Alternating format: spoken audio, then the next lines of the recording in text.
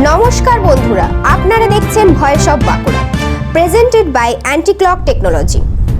বাঁকুড়ার জঙ্গলমহলে আবার দেখা মিলল শীতের বহুল প্রতীক্ষিত এক বিশেষ খাবারের, বুনো লাল পিঁপড়ে, স্থানীয় ভাষায় কুরকুট। দীর্ঘদিন পরে সারেঙ্গা বাজারে এসে পৌঁছেছে এই পিঁপড়ে, যার কেজি এখন 200 টাকা।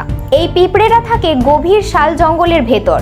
মুখে লালা দিয়ে পাতাকে পুটুলির মতো জড়িয়ে তারা বাসা বানায়। একসময় আম, জাম, কাঁঠাল গাছে গ্রাম ঘাটে এদের দেখা মিলত, কিন্তু রাসায়নিক চাষ বাড়ার পর থেকেই এই পিঁপড়ে এখন প্রায় অদৃশ্য গ্রাম অঞ্চল থেকে। তবে জঙ্গলমহলের মানুষের কাছে পিঁপড়ের ঝোল আর চাটনি নিতান্তই উপদেয় খাবার। অনেকে বলেন, জ্বর, সর্দি, কাশি, শরীরের জ্বালা সবকিছুর উপর দারুণ কাজ করে এই লাল পিঁপড়ে। অরুচি কাটাতেও এর জুড়ি নেই।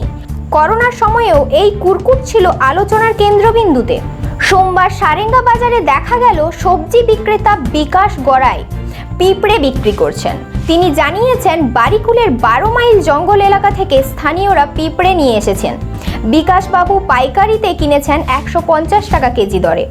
বছরের বিভিন্ন সময়ে এই পিঁপড়ের দাম ওঠানামা করে। মকর পরবের সময় 700 টাকা কেজি, বর্ষাকালে 400 থেকে 500 টাকা কেজি দরে। বর্তমান বাজার দর 200 টাকা কেজি। বর্ষায় মাছ ধরার চার হিসেবেও পিঁপড়ের চাহিদা বেশি।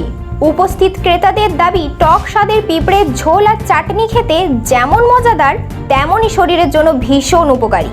শীতের শুরুতে সর্দি জ্বর বাড়ায় চাহিদা স্বাভাবিকভাবেই বেড়েছে বাজারে। বাঁকুড়া ও ঝাড়গ্রাম জেলার প্রায় প্রতিটি হাটে এগুলি বিক্রি হয়। আর সবচেয়ে বড় বাজার ঝাড়গ্রামের শিলদা, জঙ্গলমহলের কুরকুটের বাজার, যেখানে লোকজ খাদ্য, স্বাস্থ্য আর ঐতিহ্য একসাথে তৈরি করছে এক বিশেষ স্বাদের ইতিহাস। এই ধরনের গুরুত্বপূর্ণ খবর সবার আগে পেতে আমাদের চ্যানেলটি সাবস্ক্রাইব করুন আর ভিডিওটি শেয়ার করতে ভুলবেন না। আপনার মতামত কমেন্টে জানান আর লাইক শেয়ার করে ভয়েস অফ বাঁকুড়ার পাশে থাকুন।